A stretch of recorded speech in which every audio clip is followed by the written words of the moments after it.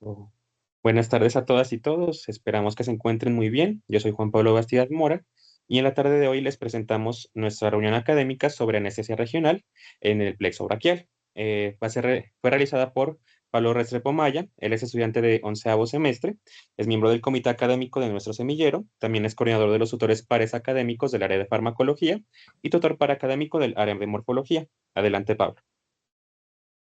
Bueno, buenas tardes a todos, ¿cómo están? Como ya me presentó Juanpa, mi nombre es Pablo, soy estudiante de ese semestre y hoy voy a presentarles pues un poco el tema de anestesia regional enfocado en el plexo braquial.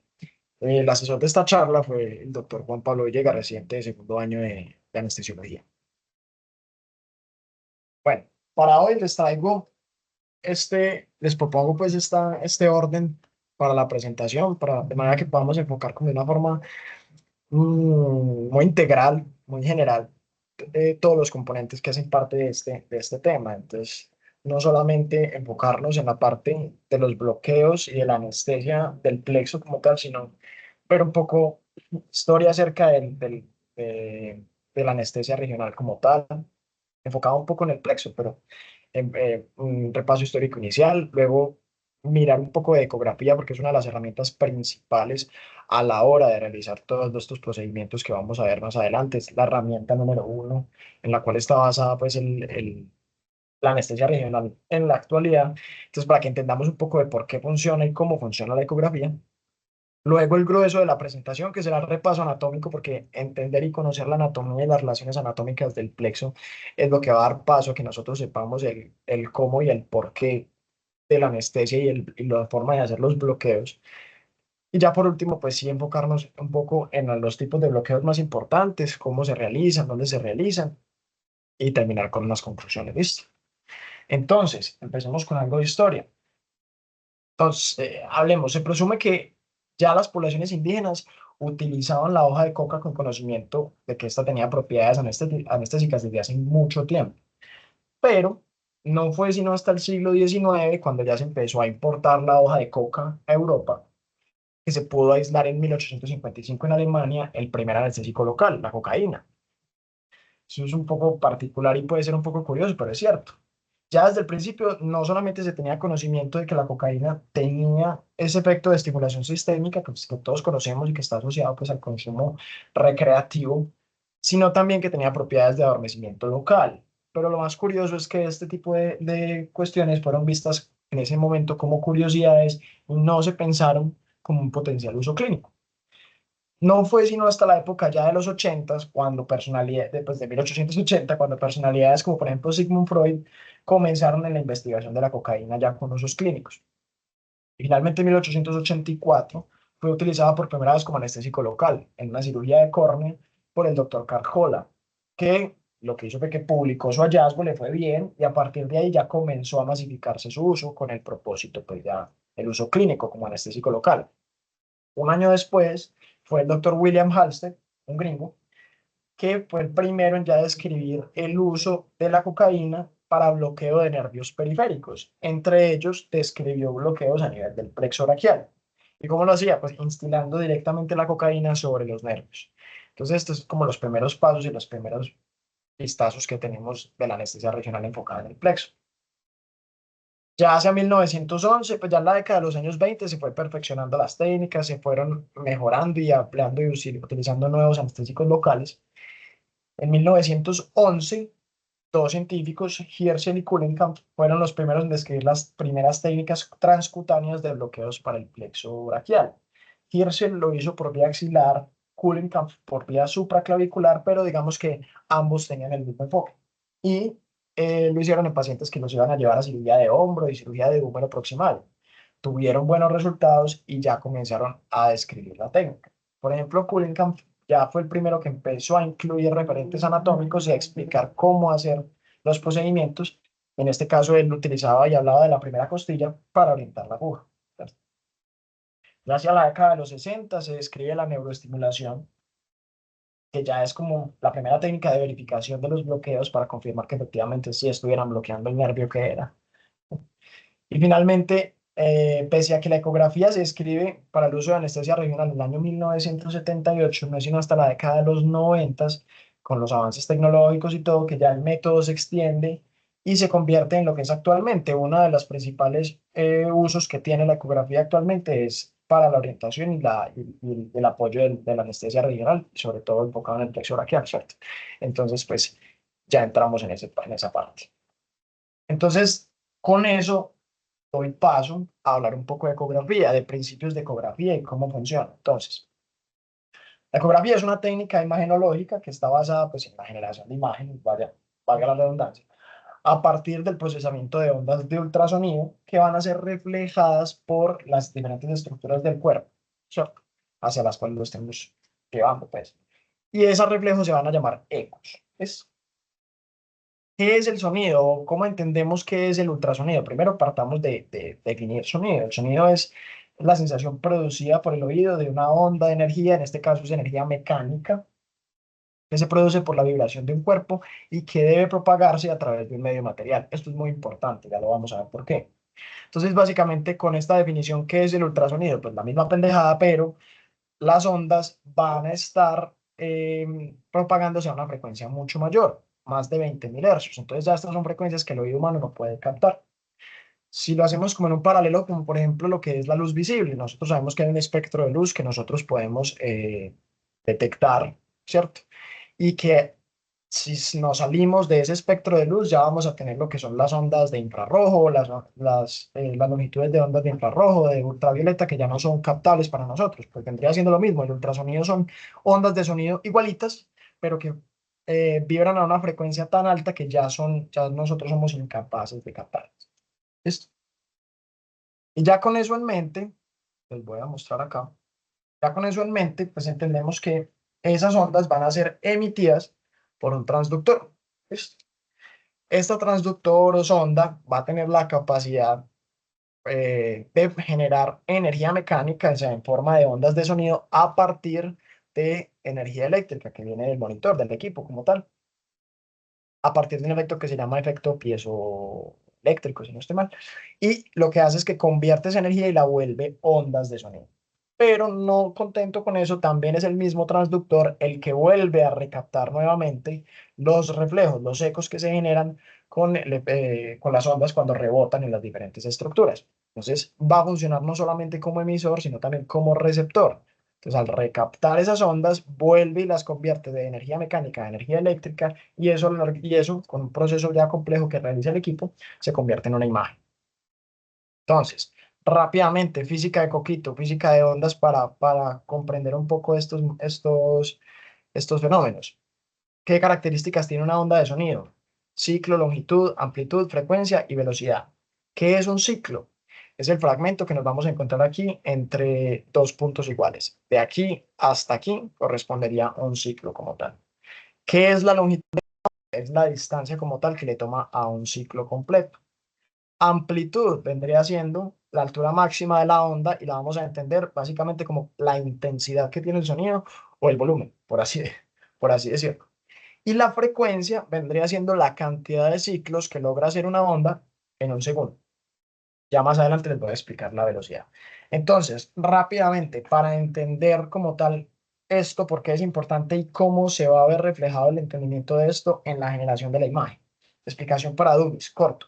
Quedémonos con el concepto de longitud de onda y frecuencia, como ya se los expliqué. ¿Listo? Cuando yo multiplico estos dos valores, obtengo lo que les mostré ahora, la velocidad de propagación, otro de los factores que había que conocer. Pero si yo simplemente cojo estos dos valores y los multiplico, lo que voy a tener es un valor teórico, porque la velocidad de propagación, como les dije ahora, va a depender del medio por el cual se esté propagando la onda. ¿Listo? Ese medio tiene unas características, tiene una densidad, tiene una compresibilidad, y eso junto con las características de la onda, van a determinar a qué velocidad se propaga la onda por ese medio, ¿cierto? No es lo mismo que una onda vaya a través de hueso, grasa, músculo, hígado, aire, no es lo mismo, ¿cierto? Entonces, eso va a variar y me va a determinar una velocidad diferente. ¿Y esto por qué es importante? Porque es clave, porque cuando yo, a pesar de que la densidad determina la velocidad, cuando yo relaciono esa velocidad con la densidad de cada uno de los medios por los cuales se está propagando la, la onda, voy a obtener la impedancia acústica de ese material en específico. Y la impedancia, definida como la resistencia que ofrece un medio al paso de la onda, es la clave para entender cómo se refleja la onda cuando pasa por los tejidos. ¿Sí o no? Entonces, cada tejido va a tener un material, perdón, va a tener una impedancia acústica diferente, una impedancia en particular. Y eso es muy importante porque aquí voy a introducir el último concepto clave para entender, que es la interfase reflectante. Entonces, si cada tejido tiene una impedancia diferente, particular, cuando los tejidos se relacionan entre sí, van a formar una interfaz. ¿Listo? Dos tejidos en contacto producen la interfaz y esa interfaz es la encargada de reflejar el sonido. Básicamente es como el espejo en el que se mira la onda. Entonces es lo que vemos acá. Cuando una onda de ultrasonido se propaga de un medio a otro, van a pasar dos cosas. Primero, va a pasar de un medio a otro, como lo vimos. Pero, asimismo, un pedazo de esa onda no va a lograr pasar, sino que se va a reflejar inmediatamente. Y ese va a ser el eco que genere. Y ese eco es el que es captado por el transductor. Entonces, ¿de qué va a depender que el eco tenga mayor o menor intensidad y por ende se vea de mayor o menor forma? Pues del espejo como tal. Como nosotros vemos aquí, miren que son tejidos diferentes como se plantean acá. Entonces, la interfase entre ambos tejidos va a depender de la diferencia de impedancia entre ellos. No importa si uno es, si, cuál sea mayor y cuál sea menor, lo importante es que sean diferentes. Entonces, como lo vemos aquí en la imagen. En estos dos ejemplos, si venimos de una impedancia X a esta, que ven que es como clarita, a esta que es tan oscura, tan intensa, vemos que la cantidad de onda que pasa es pequeña y el reflejo es mucho más fuerte. Igual acá, viene de una más oscura, pasa a una muy clarita, pasa una pequeña cantidad y el reflejo del eco es mucho más intenso, tiene una amplitud mucho mayor. Mientras que cuando vamos de un tejido a otro que tienen impedancias similares, la gran mayoría de la onda se va a propagar al siguiente tejido y el reflejo va a ser muy poquito. Esa es como la forma de entenderlo. ¿Y eso cómo se traduce o cómo se explica? Básicamente lo que está diciendo es, eh, a mayor diferencia, menor propagación del sonido y mayor intensidad, y eso a su vez se va a ver reflejado en mayor o menor ecogenicidad. Entre más intensa, más amplia sea la onda que se refleja, pues va a ser mucho más ecogénica y en su defecto, pues mucho más blanca en la imagen. Llevándolo a la práctica, ¿cómo sería? Pues sería esto. El elemento que mejor se transmite los sonidos como tal es el agua.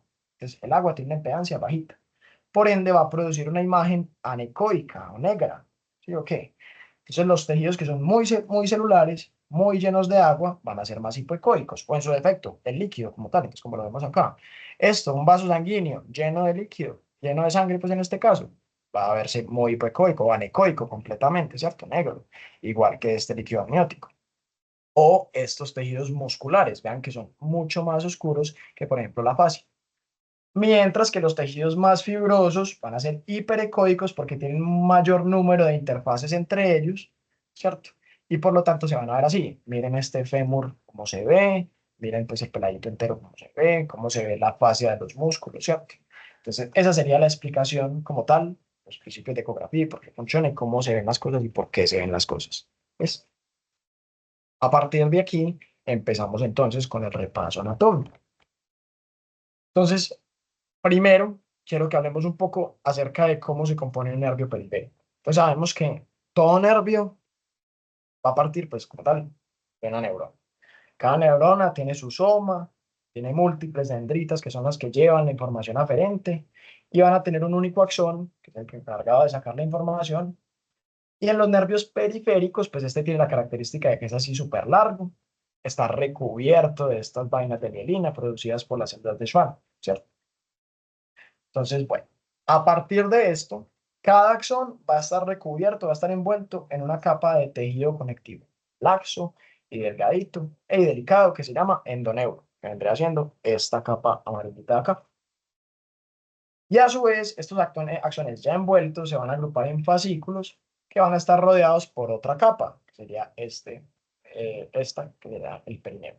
Recordemos que todo nervio periférico tiene fibras de todo, tiene fibras aferentes y deferentes de todo tipo, de aferentes somatosensoriales, eferentes motoras, autónomas, todo eso está contenido aquí. Cada axón tiene una función diferente, ¿verdad? Entonces se juntan todas en un fascículo y el fascículo va a estar envuelto en un perineuro. Y el perineuro ya le confiere más resistencia mecánica, le da aislamiento al espacio endoneural, ¿cierto? Y le da pues esa protección. A su vez, los fascículos van a estar contenidos en un tejido conectivo más laxo, que se llama el hipineuro interfascicular, que es todo esto que está aquí como entre, vemos estos tres fascículos y todo lo que está como alrededor. Entonces, ¿eso ahí qué hay? Tejido adiposo, fibroblastos, mastocitos, vasos sanguíneos, vasos linfáticos, todo eso. ¿Qué es lo que va a nutrir como tal toda esta parte interna del nervio periférico? Y finalmente, todo el complejo va a estar recubierto por una capa de colágeno denso que la protege y que ya forma como tal el nervio periférico que se llama el epineumo. ¿Esto por qué lo digo? Porque meto esta cháchara en esta parte para llevarlo a la práctica ahora más adelante. Nos vamos a dar cuenta, cuando veamos el tema de los bloqueos, que el depósito del anestésico local en ningún momento se hace intraneural. Obvio, usted puede echarle el anestésico local al nervio por dentro y probablemente logre el efecto anestésico, pero lo más seguro es que también logre dañar el nervio, ¿sí o no? Entonces, no, no. La práctica lo que se hace es que el anestésico se echa por fuera, se aplica en la periferia del nervio y ya por difusión a través del epineuro, él ingresa al nervio como tal y hace su acción anestésica. ¿Listo? Entonces, por eso quería que repasáramos esa parte. Ahora sí, viene lo denso, la anatomía del plexo braquial, odiada por muchos, resistida por casi todos, pero realmente muy importante conocerla y saber de ella. ¿Por qué? Porque es que el nervio braquial es el que se encarga de dar toda la inervación del miembro superior, pues, tanto de forma sensitiva como de forma motora, desde la cintura escapular hacia abajo, todo es responsabilidad y todo eso es territorio del plexo braquial.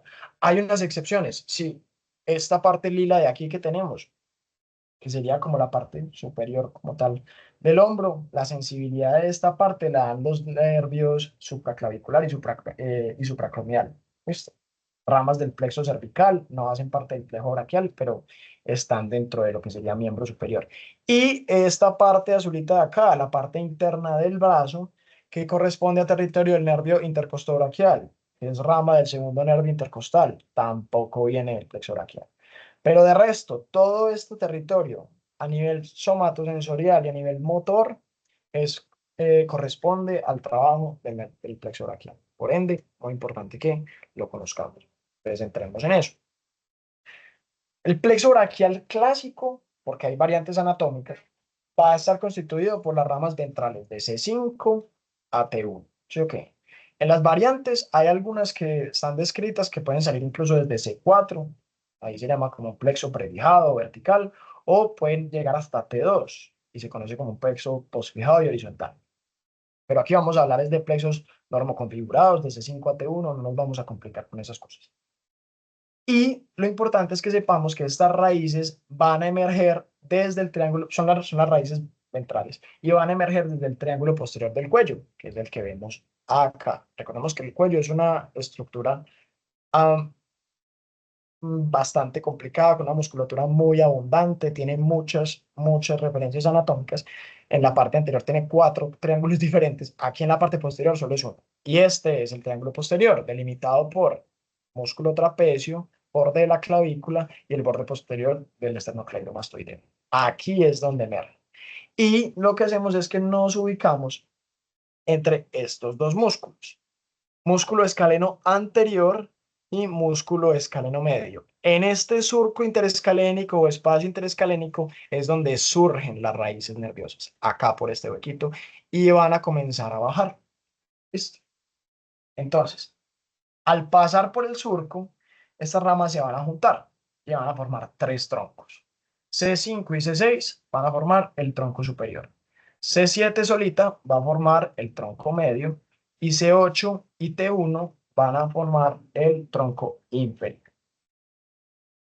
En este punto, y antes de volverse a dividir, ya van a dar algunas ramas terminales importantes, como es el caso del nervio supraescapular, este que vemos acá, que es clave porque va a inervar los músculos supra e infraespinoso, que son parte del complejo del manguito rotador. También vamos a tener esta rama que se llama el nervio subclavio, y esta previa, pues que viene en las raíces, que es el torácico largo, que es el que inerva el serrato. Listo. Más adelante, cada uno de los troncos se va a dividir nuevamente en dos fascículos o dos ramas, uno anterior y uno posterior, y esto va a ocurrir más o menos, miren acá, a nivel de la clavícula, sobre la primera costilla, en la fosa supraclavicular. Y a partir de estos fascículos van a confluir nuevamente y se van a formar van a formar tres cordones. ¿Listo? Que estos cordones vamos a ver más adelante y son los que van a dar el origen después a las ramas terminales del miembro superior. Entonces, ¿cómo se van a organizar? Los fascículos anteriores del tronco superior y del tronco medio me van a formar el cordón lateral. El fascículo anterior del tronco inferior solito me va a formar el cordón medial. Y los tres fascículos posteriores de cada una de estas ramas me van a confluir formando el cordón posterior. ¿Listo? Bueno, devolvámonos un poquito y quiero hacer hincapié en esta parte. El primer referente anatómico que nosotros tenemos para partir del sitio donde podemos identificar como tal las estructuras del plexo vendría siendo como a nivel de C6, como en el corte con el cartílago cricoide, ¿cierto? Si tomamos esta referencia, hacemos este corte, tenemos que tener en cuenta y vamos a ver que aquí no solamente vamos a encontrar, sí, que los dos músculos escalenos, y ahí sale el plexo, todo bien. No, hay muchas estructuras a este nivel, y eso es importante conocerlo, no solamente porque son estructuras que van a ser susceptibles de lesión y de punción a la hora de estar realizando un bloqueo a este nivel, que sería, por ejemplo, el bloqueo interescalénico, sino que también el entender estas relaciones anatómicas nos permite a nosotros darnos cuenta por qué pueden ocurrir las complicaciones o efectos adversos que puede tener cualquier bloqueo, ¿sí o no? Entonces, si nosotros nos paramos en este corte, sí, identificamos el escaleno anterior, el escaleno medio, identificamos aquí los tres troncos del plexo, súper bien, pero también tenemos que considerar que, aquí está el elevador de la escápula, aquí está el trapecio, aquí viene el esternocleidomastoideo, tenemos la vértebra cervical C6, que aquí tenemos también la arteria vertebral, que en esta foto no se ve muy bien, pero estaría localizada aquí. Que tenemos en relación anterior muy íntimamente pegado al escaleno anterior, el nervio frénico, que también muy cerquita en esta parte, toda la cadena simpática cervical, muy, clave también. Carótida primitiva, vena yugular interna y entre ellos el nervio vago. ¿Listo? Todas esas son estructuras de mucha importancia. Bueno, y la referencia anatómica como tal que tenemos, que es el cartílago cricoides, que es el que podemos ver pues, como tal.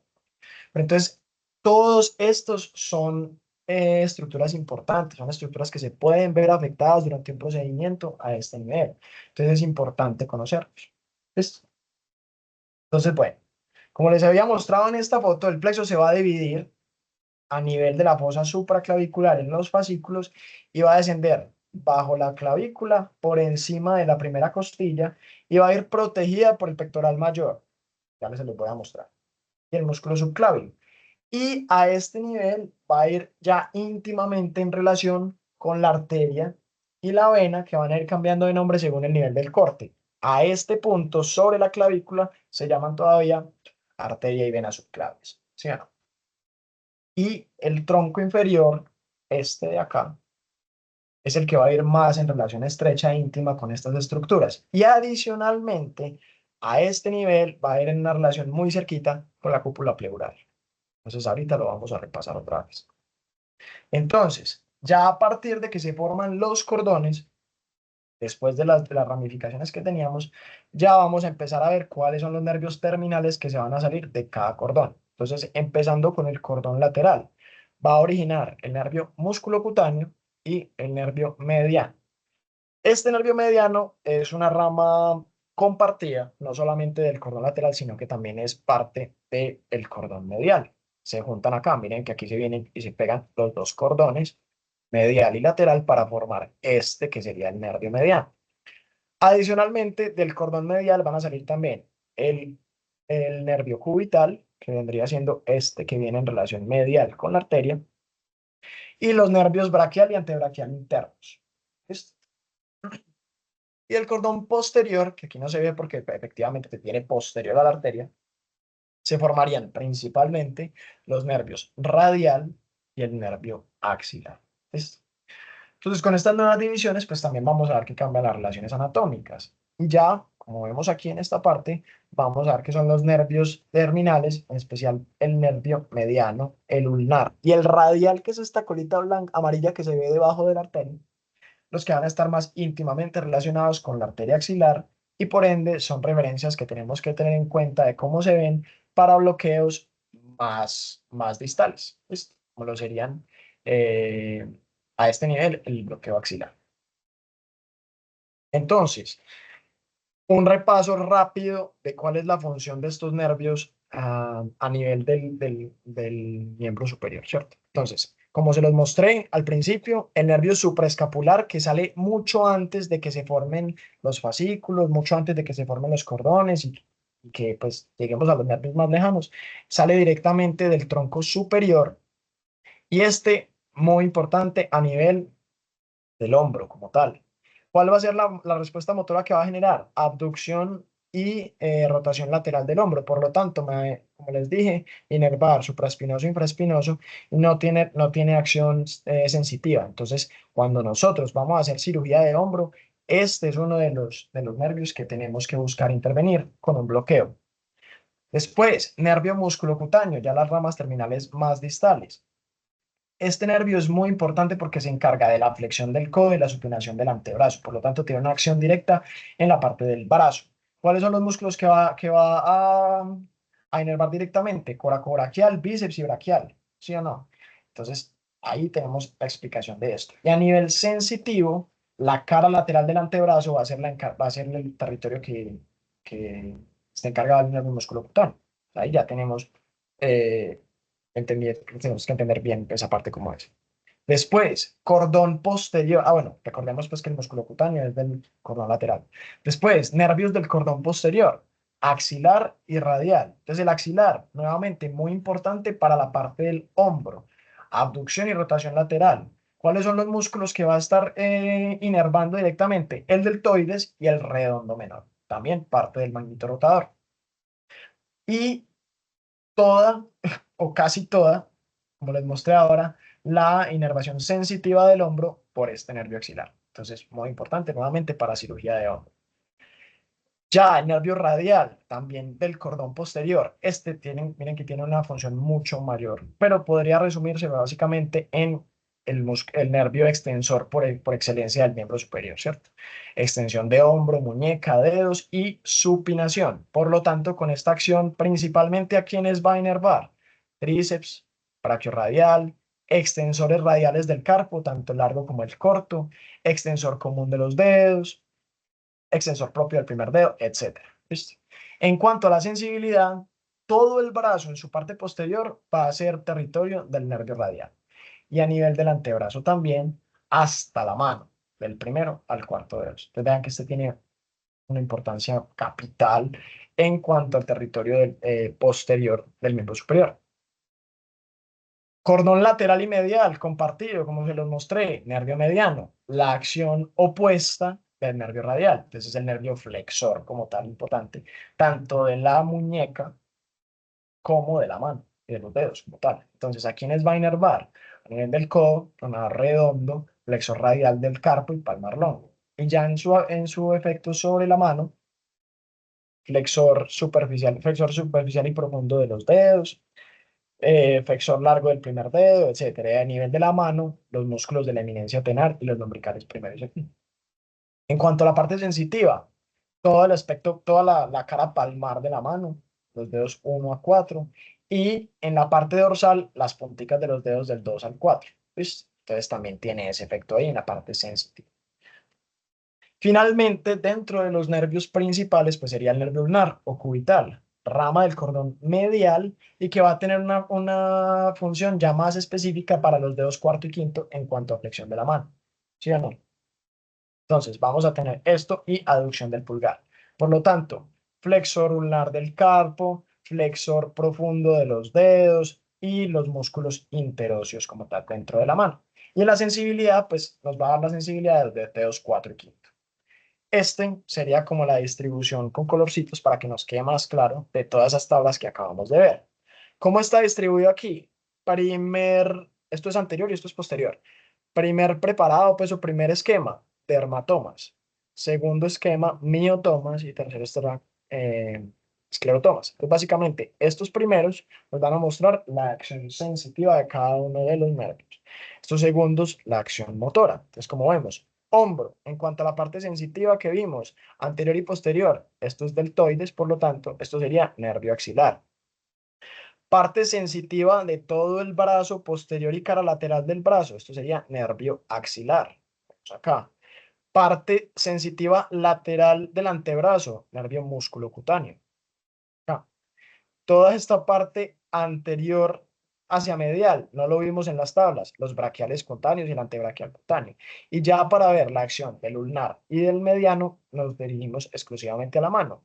Nervio medial, vean como aquí los dedos por detrás, las punticas y toda la cara de la palma. Y el nervio ulnar, cuarto y quinto dedos. ¿Listo? En cuanto a la parte motora, vemos aquí redondo menor y deltoides, nervio axilar. La flexión del brazo como tal, entonces bíceps, coracobraquial y braquial, nervio músculo cutáneo.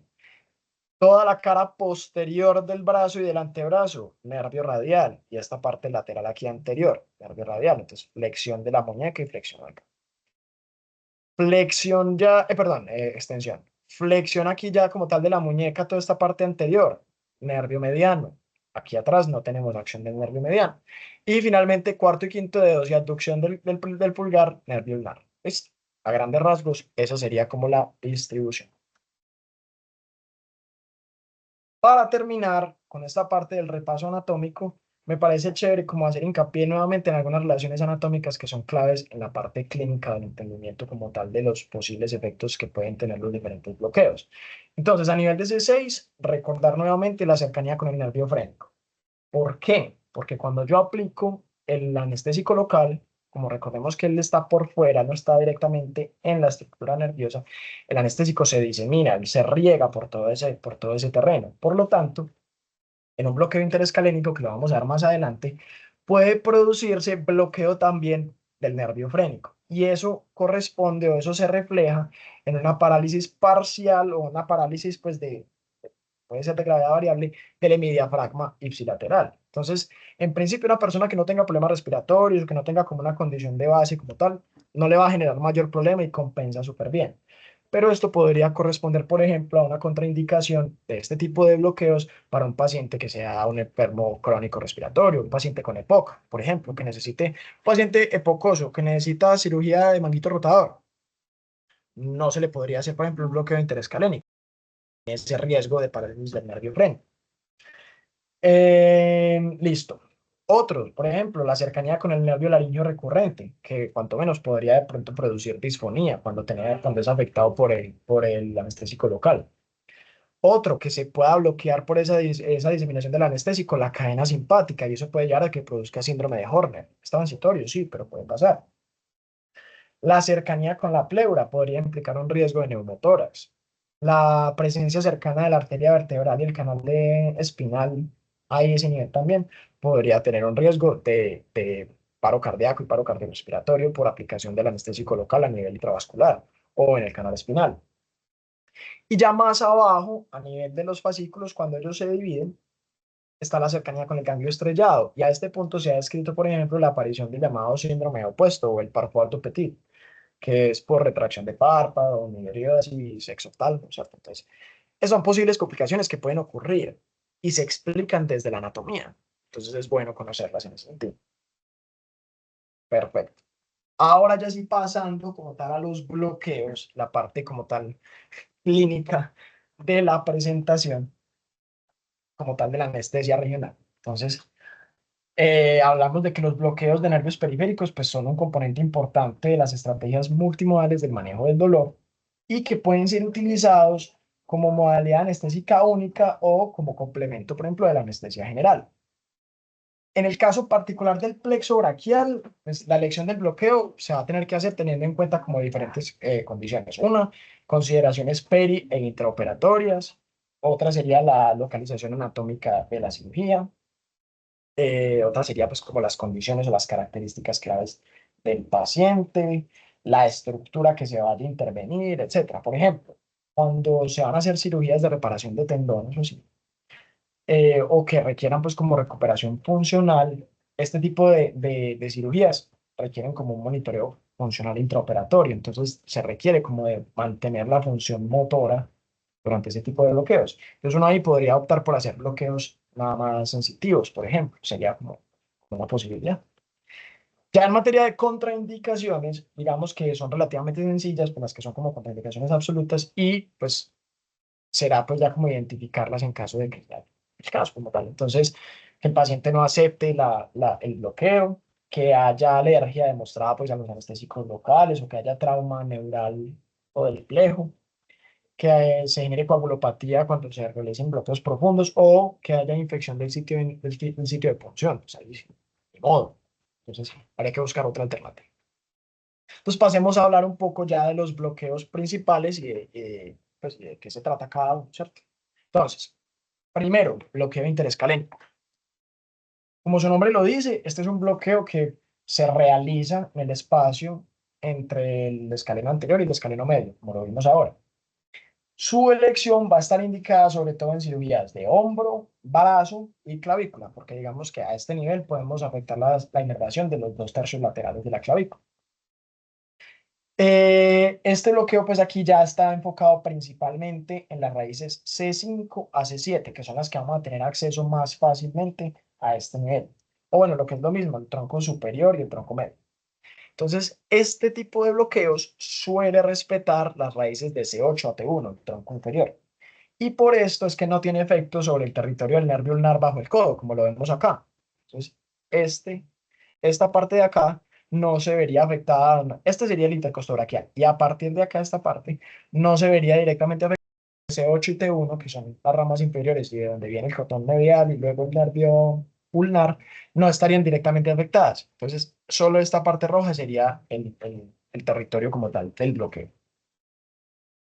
Bueno, para este bloqueo se utilizan anestésicos como la bupivacaína 0,5 o ropivacaína 0,5 a 75% y se ubica el paciente en esta posición, en supino, semisentado, semilateral y con la cabeza mirando al lado contralateral, porque de esta forma, en esta posición, se expone mejor el triángulo cervical posterior, como lo vemos acá, borde posterior del esternocleidomastoideo, borde superior de la clavícula, y aquí vendría el trapecio, entonces todo esto es el triángulo. ¿Sí? Se expone mejor y maximiza ya el espacio de trabajo para escanear con el ultrasonido y después insertar la aguja. ¿Listo? Bueno. Entonces, la técnica para posicionar el transductor es variable. Digamos que hay dos posibilidades para hacer el abordaje de este bloqueo interescalénico. Una opción es colocar la sonda en la fosa supraclavicular, aquí. Ahí es más fácil identificar el plexo porque va a estar en relación muy estrecha con la arteria subclavia. Entonces, miren la imagen aquí ecográfica. Yo vengo, cuando estoy aquí, identifico de una la arteria subclavia. ¿Cómo sé que esta es la arteria? Pues primero porque por la forma que tiene, anecoica, redonda, pues aquí obviamente no, pero en la vida real es pulsátil, ¿cierto? Entonces, y pues no se va a dejar comprimir cuando yo le haga duro con la zona, entonces la voy a poder diferenciar así de una vena. Entonces así como estoy en ese punto, ya digo, listo, esta es la arteria subclavia, además pues miren el calibre que tiene. Y para identificar el plexo como tal, yo sé que el plexo con relación a la arteria subclavia va a estar posterior y un poco más superficial. Entonces, véanlo aquí. 1, 2, 3, 4, 5. Todo esto es el plexo. Vean que está como en esa imagen de panal de abejas que se describe a veces para los nervios. Todo esto son los nervios, más específicamente, como esto es a nivel de la división de los troncos en fascículos, estos dos fascículos serían los fascículos del tronco superior, aquí serían los fascículos del tronco medio y aquí este sería el tronco inferior que no se ha dividido todavía. Este sería el nervio supraescapular, que ya vendría separado para ir a buscar el hombro, ¿cierto? Entonces, esta sería la imagen. Y ya a partir de ahí que yo llego y ubico el nervio, ubico el plejo, me subo. Entonces, Con la sonda voy rastreando de a poquito hacia arriba, 2, 3 centímetros, hasta que, pues siguiendo como el recorrido del plejo, hasta que me encuentro tin con los escalenos, ¿sí o no? Y ahí ya ubico las raíces. ¿Cuál es la segunda posibilidad? Pues hacer esto directamente. Entonces yo trazo una línea a nivel del cartílago cricoides, 3, 4 centímetros por encima de la clavícula y coloco la sonda transversal al eje longitudinal del cuello. Y ya ahí en la cara lateral del cuello, pues voy a ver, o voy a intentar ubicarme según estas estructuras. Entonces, vuelve y juega. Aquí ya el referente vascular como tal no será la subclavia, sino que será la carótida. Esta sería la vena, la arteria vertebral. Y el otro referente sería este cacho de acá, que es el músculo esternocleidomastoideo. Entonces, a partir de ahí ya yo me voy a enfocar y voy a ir a buscar. Posterior a la carótida, más profundo al esternocleidomastoideo, voy a ir a buscar los vientres de los músculos escalenos. Uno y dos. Entonces, obviamente, el más anterior será el músculo escaleno anterior, el más posterior el escaleno medio, y entre ellos, véanlo acá, este es el plejo braquial. Más específicamente, como lo está en la imagen, raíces de C5, C6 y C7, que son las que yo voy a buscar, las que voy a intentar pues como intervenir en este caso y las que tengo acceso más fácilmente con este abordaje. Esta sería la segunda opción. Entonces ya para la inserción de la aguja, apenas yo he identificado las estructuras, entonces ya listo. La inserto desde el plano posterior hacia el anterior y lo hago entre los nervios. Listo. Ojo con ir a posicionar las raíces. Y preferiblemente para este tipo de bloqueo se hace entre C5 y C6. ¿Sí o no? Entonces, aquí en este punto, antes de introducir pues como tal el anestésico local, igual que cuando uno va a hacer pues como un bloqueo, a colocar anestesia, por ejemplo, para hacer una sutura y todo, aspirar bien para ver que yo no esté de pronto haber puncionado un vaso, no esté intravascular, y ya a partir de ahí lo que hago es que aplico de 1 a 2 cc de anestésico local. ¿Por qué tan poquito? Primero, porque yo ahí tengo que verificar que la aguja sí esté bien ubicada y que efectivamente cuando yo deje entrar un poquito de anestésico local, desplace adecuadamente las estructuras, que yo vea que el líquido efectivamente mueve hacia arriba y hacia abajo las raíces de los nervios, para yo decir, bueno, efectivamente sí quedó bien. Si no es el caso, pues lo que hago es que me retiro un poquito, reposiciono y lo vuelvo a intentar. Todo eso pues guiado, obvio, con el ecógrafo. Ya una vez está todo bien colocado, todo bien, todo listo, aplico el resto del total del anestésico local, que serían de otros 7 a 15 cc de anestésico para lograr que discurra suficiente anestésico para cubrirme las tres raíces. ¿Listo? Hay un protocolo que se llama el protocolo RAD, que es básicamente como unas indicaciones para garantizar que la aplicación del anestésico local sea correcta. Entonces, básicamente lo que dice es verificar que la respuesta motora esté ausente a 0,5 miliamperios, pues en esta parte cuando yo estimulo el nervio y que no haya respuesta motora. Que la aspiración sea negativa. Yo miro, aspiro y efectivamente no estoy en un vasito. Perfecto. Que la presión que yo siento en el émbolo cuando voy a empezar a aplicar el anestésico local no sea suficiente a 15 psi o en su defecto, que yo no sienta que estoy haciendo demasiada presión para ingresar, para aplicar el anestésico, porque ahí básicamente es como una medida indirecta de que probablemente estoy dentro del nervio. Entonces, eso es una cosa de evitar, ¿cierto? No dañemos los nervios, por favor. Y finalmente, ya cuando todo esto está verificado, pues aplicar el volumen total que se va a utilizar para el bloqueo. ¿Listo? Ese sería como tal el bloqueo interescalénico. Posibles complicaciones de este bloqueo, pues como los vimos, pues el daño directo en el nervio, entonces daño del plexo. El muy probable, casi en el 90 o 95% de los casos, bloqueo del nervio frénico, que va a generar pues esa parálisis del hemidiafragma que les conté. El bloqueo del nervio laringio recurrente, pues que aquí ya no se vería. La posibilidad de producir síndrome de Horner al bloquear la cadena simpática, realizar una inyección epidural, espinal o intravascular, sobre todo aquí a nivel de la arteria vertebral. ¿Listo? Esas serían como posibles complicaciones que podemos tener con este bloqueo. Seguimos, segundo bloqueo, bloqueo supraclavicular. Entonces ya este es un bloqueo que se va a realizar a nivel de la fosa supraclavicular. Y ya este es un sitio en el que yo puedo acceder a los tres troncos. ¿Listo? Porque justo en este punto es donde se dividen. Entonces, por aquí ya sí logro el efecto analgésico para procedimientos de hombro, brazo, codo, antebrazo, mano, listo. Y solamente va a quedar aquí indemne la parte del intercosto braquial, porque vuelve y juega, no tiene nada que ver con el plexo braquial. Listo. Para este bloqueo, bupivacaína 0,5% o lidocaína al 2%, dependiendo pues de la duración que yo desee para el bloqueo, si es corta duración de lidocaína, si lo deseo más tiempo la bupivacaína. Y este suele llevarse a cabo con dos inyecciones diferentes de 10 cc cada una. Ya vamos a verlo un poco más a fondo. Entonces, el paciente aquí se va a colocar en la misma posición del bloqueo anterior, como vemos.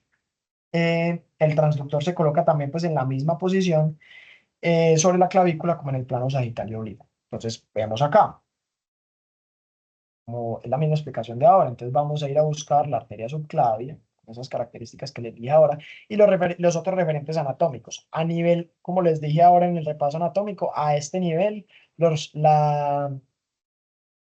el plexo debe pasar por encima de la primera costilla, por debajo de la clavícula. Entonces, por lo tanto, ¿qué vamos a identificar? Y está muy cerquita de la pleura. Entonces, ¿qué vamos a identificar? Arteria subclavia, la primera costilla aquí arriba, como se ve, súper hiperecoica, y esta parte de aquí que sería la pleura, que está pues en una parte tapada por la sombra acústica que produce la primera costilla. ¿Listo? Esta sería toda la pleura y esta sería la primera costilla. Entonces, superior, posterior a la subclavia, superior a la primera costilla, anterior al músculo homoioideo, nos vamos a encontrar el plexo como tal, y es la misma imagen que les di ahora.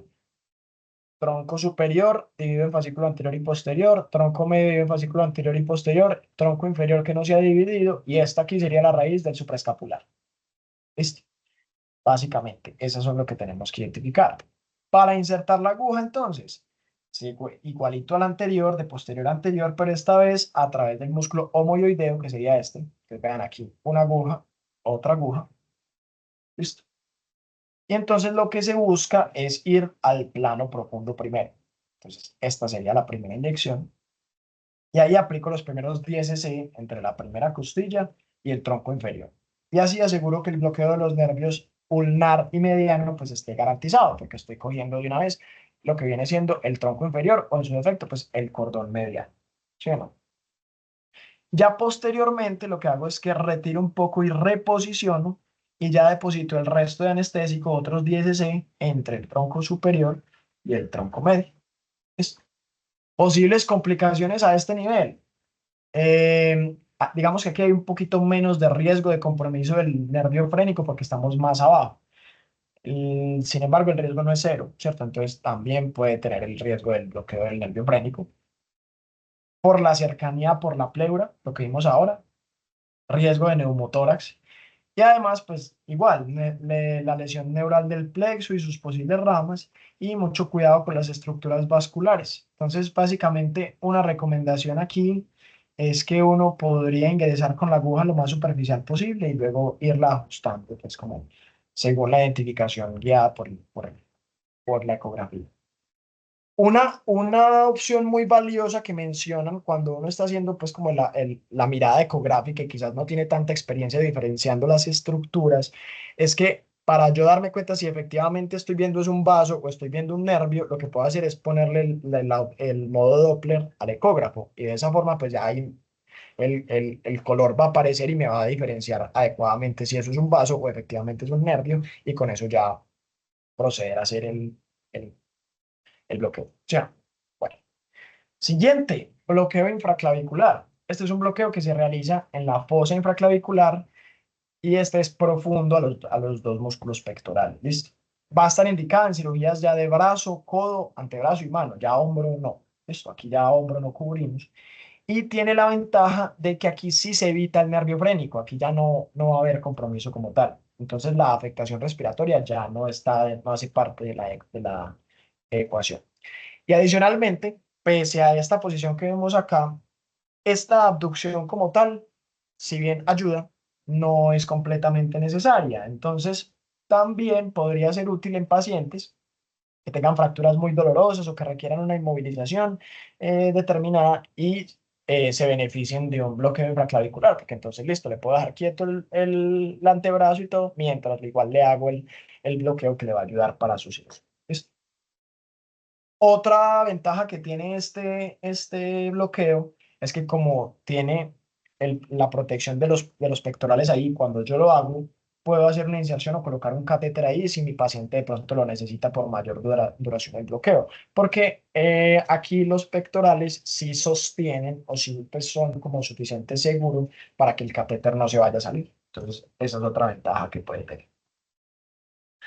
Consideraciones, pues en pacientes con mayor tejido adiposo o con los pectorales muy grandes, dígase pacientes obesos o pacientes culturistas, ya las estructuras van a estar mucho más profundas, van a ser mucho más difíciles de ver con el ecógrafo. Entonces, por ende, es más seguro y es mejor preferir que otros abordajes, ya sean de pronto uno más proximal, como por ejemplo un supraclavicular, o uno más distal, como un axilar, que es el último que vamos a ver. ¿Listo? Para este bloqueo se van a usar mayores volúmenes, hasta 30 cc de anestésico local, y vuelve y juega lidocaína o bupivacaína, según la duración deseada. El paciente se va a colocar en esta posición, en supino, con la cabeza hacia el lado contralateral y si es posible, no es necesario, si es posible, el brazo en 90 grados de abducción. ¿Por qué? Porque esta posición superficializa el paquete neurovascular, porque estira los pectorales, me da mejor visualización y además acentúa las fascias. Existen varios abordajes para colocar perdón, sí, para hacer el ingreso con la aguja. Lo primero es colocar y saber bien dónde colocar la sonda, y para eso es importante identificar bien la apófisis coracoides aquí y la clavícula. ¿Y eso cómo lo hacemos? Palpando. ¿Listo? A partir de esa identificación de las estructuras, entonces yo ya sé que coloco la sonda medial a la apófisis coracoides y debajo de la clavícula. Y lo hago en un plano sagital, así. De manera que puedo identificar en la imagen ambos pectorales, pectoral mayor, fascia, pectoral menor y los vasos axilares. ¿Cómo voy a diferenciar que esta es la arteria y que esta es la vena? Pues comprimiendo, porque entonces cuando yo comprimo, la vena se colapsa, la arteria no. Y pues porque la arteria va a ser un vaso pulsante. Ya a partir de ahí, los vasos axilares los voy a observar así súper hiperecóicos y la relación con la arteria de los plexos me va a permitir determinar que aquí van a estar los cordones, ¿cierto?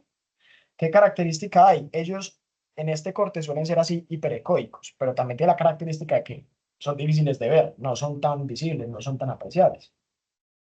Entonces, esa es una consideración que hay que tener. Por ende, lo principal aquí es identificar la arteria. Ya para la inserción de la aguja, entonces, se va a insertar en dirección cefalocaudal, así, buscando la porción posterior de la arteria, aquí esta parte. Por lo tanto, busca comprometer inicialmente el cordón posterior. Y ya a partir de ahí se va a aplicar el anestésico en su totalidad. Por ende, son cantidades mayores para que logre discurrir por todo este sector el anestésico local y comprometer los tres cordones. ¿Listo? Primero verificar posición, luego verificar desplazamiento, así como lo vimos ahora, y aplicar cantidad suficiente. Muy, muy bien. Hay otros abordajes que se han propuesto, como por ejemplo este, que no es directamente, miren aquí, sobre la clavícula, sino retroclavicular, por detrás. Y este abordaje propone que puede obtenerse una mejor visualización de la aguja al ingreso hacia el cordón posterior y por ende evitar pues como el riesgo de lesión neural. Pero si bien esto puede corresponder a una ventaja, también se ha descrito que este abordaje tiene mayor riesgo de neumotórax. ¿Por qué? Porque es que aquí está la clavícula. La clavícula es altamente hiperecóica, tiene una interfaz reflectante bastante fuerte, por lo tanto genera sombra.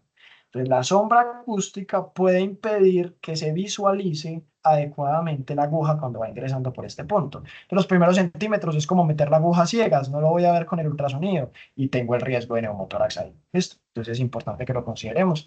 Le faltan como más descripciones a este abordaje como para ver si sí efectivamente es mejor o no. Y por último, el bloqueo axilar. Listo. Finalmente, este es un bloqueo que va a estar orientado ya hacia los nervios terminales, que se forman pues ya a nivel como tal de esa fosa axilar, y por ende va a ser útil para cirugía del codo hacia abajo.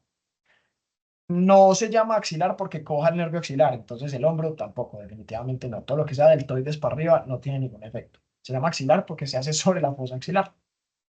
Mismos anestésicos locales y se utiliza aproximadamente 15 a 20 cc de anestésico local, lo que sería como 5 cc por nervio aproximadamente. El paciente se coloca en supino, cabeza girada, brazo en abducción de 90 grados. Aquí sí es obligatorio, si lo necesita, es completamente necesario. Y 90 grados de flexión del codo, eso sí es opcional, pero pues también facilita la técnica. Esta imagen aquí, ¿por qué la pongo? Porque este es uno de los puntos en los cuales puede haber mayores variaciones anatómicas en cuanto a la colocación de los nervios. Si bien ellos están íntimamente relacionados con la arteria y básicamente siempre están como en una distribución parecida, este arriba vendría siendo el mediano, perdón, este aquí sería el ulnar y este el radial, mediano ulnar radial, mediano ulnar radial. La posición del músculo cutáneo sí puede variar. A veces puede estar inferior al mediano, pero otras veces puede estar metido entre el braquial y el coracobraquial. Entonces aquí lo más probable es que sí necesitemos más de una inyección para lograr hacer el bloqueo completo. Entonces es importante que lo tengamos en cuenta. Y vean el área que cubre. Entonces, la sonda se coloca perpendicular al eje del brazo, entre el pliegue axilar y el bíceps, como vemos acá. Y ahí lo que se busca es identificar los vasos axilares, ¿cierto? ¿Cómo sabemos cuáles son los vasos axilares? Porque van a estar mediales al bíceps y al coracoraquial. Y ya cuando yo he identificado la arteria como tal, pues ahí ya voy a irme a buscar por referencia anatómica dónde están los nervios, ¿cierto? Como tal. Entonces yo sé, el mediano va a ir superficial a la arteria y más lateral.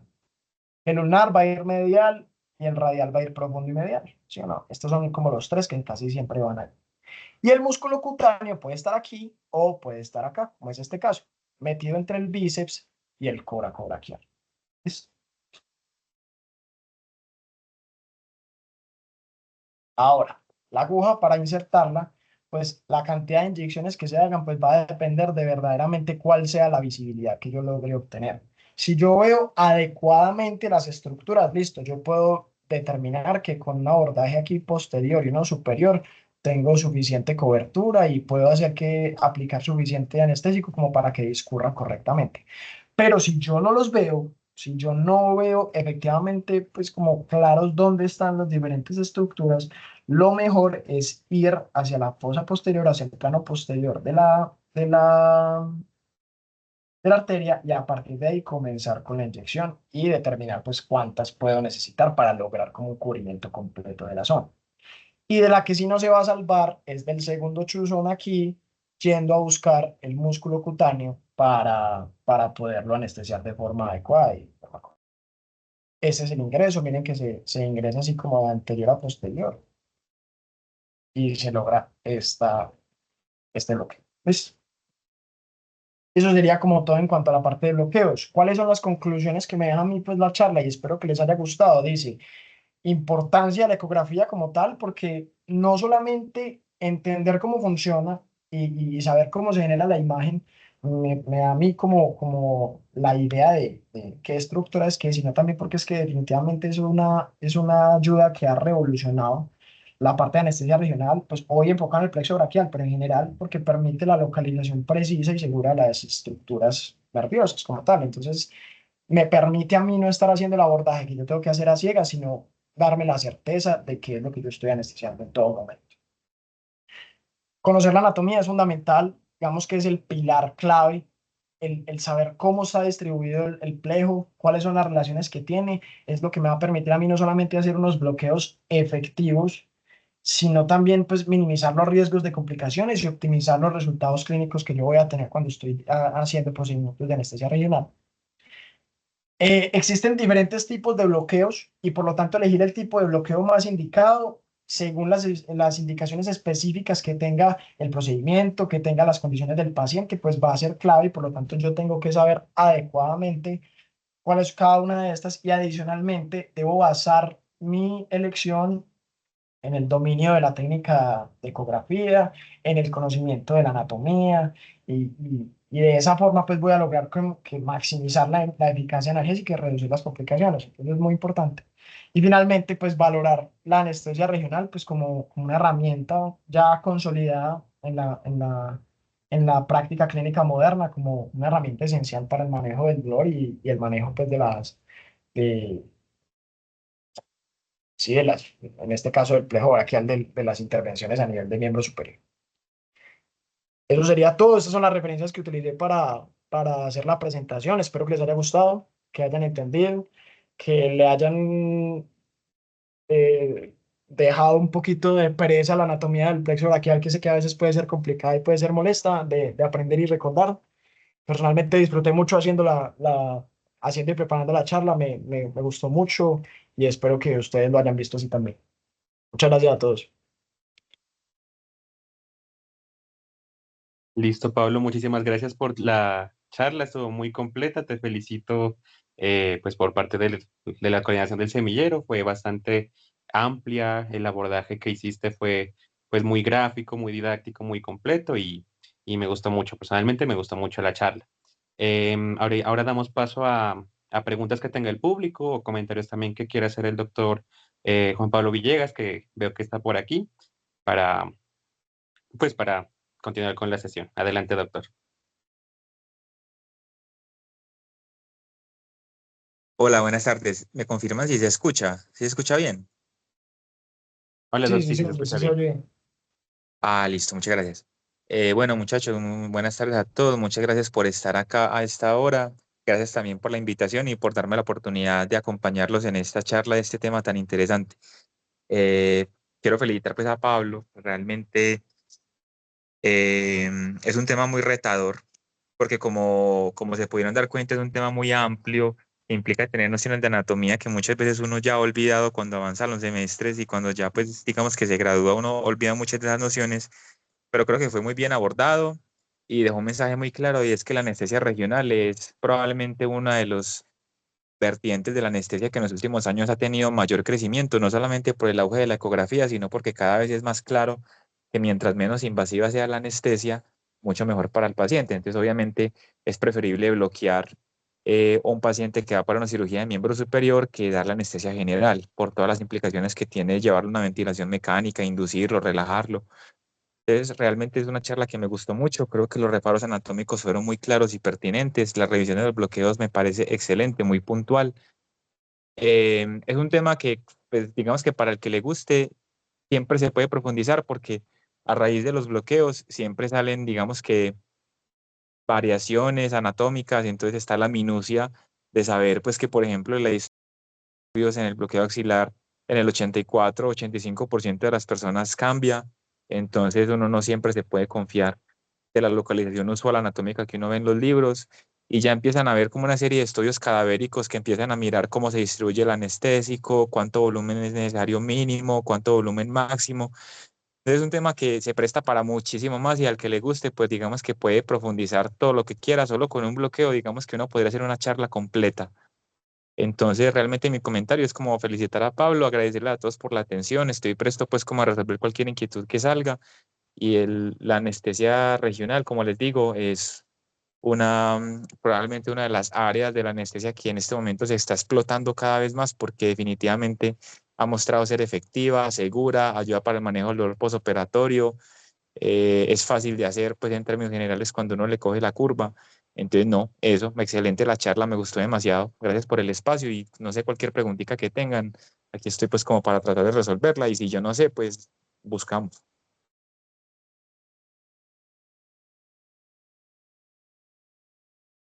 Muchas gracias a usted, doctor, por todo el acompañamiento que tuvo en la charla. A los asistentes pueden levantar la mano, pueden abrir sus micrófonos para hacer alguna pregunta, aprovechando que está Pablo, está el doctor Villegas aquí presentes, pues sobre cualquier duda, pregunta, comentario que tengan sobre la charla.